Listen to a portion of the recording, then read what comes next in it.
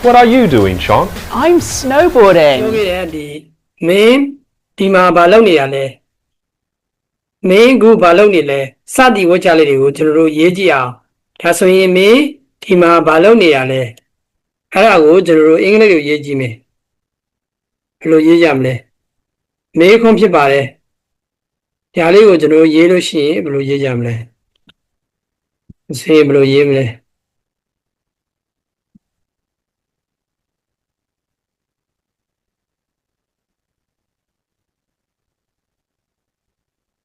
မင်းဒီမှာဘာလုပ်နေလဲဆိုတော့ Okay ဒီလိုမျိုးရေးလို့ရတယ် What are you doing here မင်းဒီမှာဘာလုပ်နေတာလဲရေးလို့ရတယ်နံပါတ်2ကမင်းကိုငါမသိဘူးမင်းကိုငါမသိဘူးဆိုတော့သူ့ကိုအင်္ဂလိပ်လိုရေးကြည့်ရမယ် I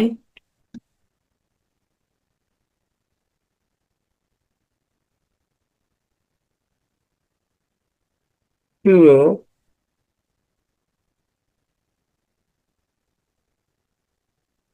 I don't know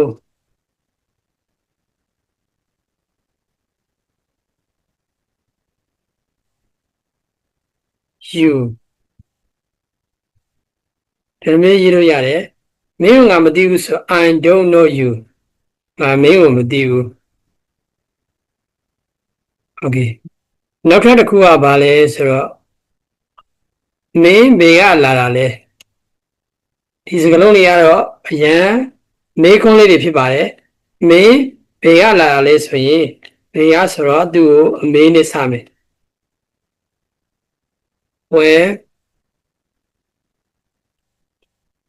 do you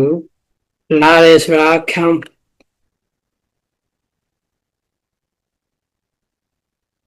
မင်းဘေကလာတာလဲဆိုတော့ Where do you come from Okay အဲ့လိုမျိုးရေးလို့ရတယ်နောက်တစ်ခုကစုစုကတူနာပြုတ်တရားဖြစ်ရှင်နေဆိုဘယ်လိုရေးကြမလဲဒီပုံစံကိုဒီလိုမျိုးရေးလို့ရတယ် Sorry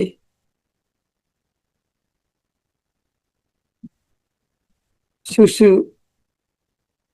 ဖြစ်ရှင်နေဆိုရင် WANT went မှာ is ပါမယ် to be a and you see us စုစုကသူနာပြုတ်တရားဖြစ်ရှင်တယ်နောက်တစ်ခုကချိုချိုကဆီယံဝန်တရားဖြစ်နိုင်ပါတယ်အဲ့ဒါကိုကျွန်တော်တို့ဘယ်လိုရေးကြမလဲချိုချိုဆိုတော့အင်္ဂလိပ်လိုရေးလိုက်ကြအောင်ချိုချိုကကြချိုချိုချိုချိုကဆီယံဝန်တရားဖြစ်နိုင်တယ်ဖြစ်နိုင်တယ်ဆိုရင်သူကဒီလိုရေးလို့ရတယ် can be a doctor doctor ချိုချို can be a doctor ဒါဆိုရင်ကျွန်တော်တို့ဒီမှာဝါကြ၅ကြောင်းကျွန်တော်တို့ရေးပြီးသွားပြီအခြေခံရင်းနှီးမှာမင်းဒီမှာဘာလုပ်နေလဲဆိုရင် What are you doing here ငါမင်းကိုမသိဘူးဆိုရင်ဘယ်လိုရေးမလဲဆို I don't know you ငါမင်းကိုမသိဘူးမင်းဘယ်လာတာလဲဆိုရင် Where do you come from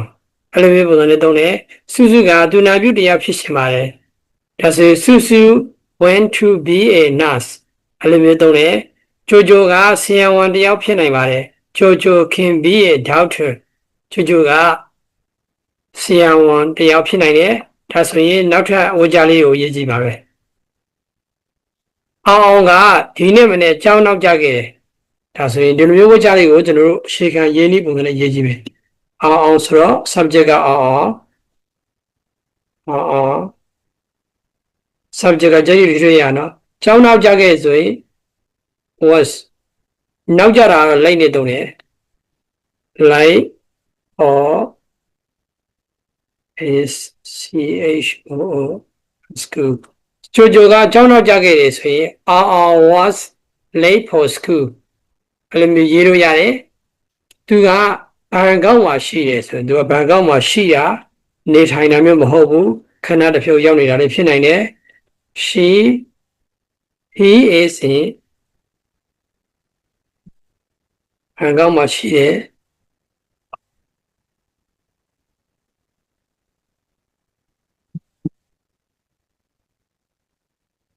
ဘန်ကောက်မှာရှိတဲ့ရေးလို့ရတယ် She is in Bangkok ဒါဆိုရင်အခုမောင်မောင်ကဘယ်မှာနေရလဲဒါဆိုရင်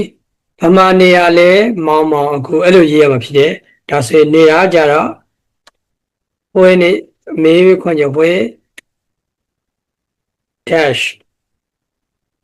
မောင်မောင်ပေါ့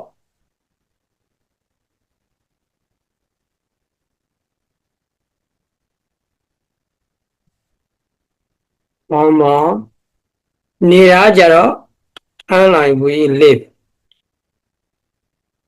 ဒါဆိုရင်အခုဆိုတဲ့ကြောင့် now အဆွေတို့ question mark ပါမယ်မေးခွန်းဖြစ်တဲ့အတွက်သူ့ဖေကရေးသားတစ်ယောက်ဖြစ်ပါတယ်သူ့ဖေကဆိုတော့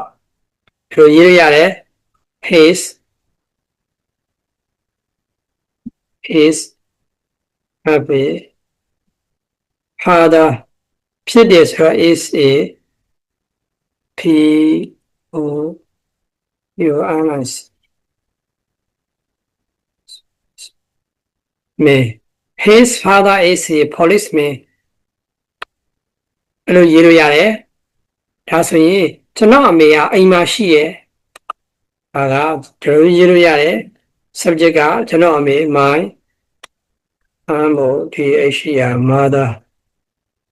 mother ရှိရဆိုတော့ is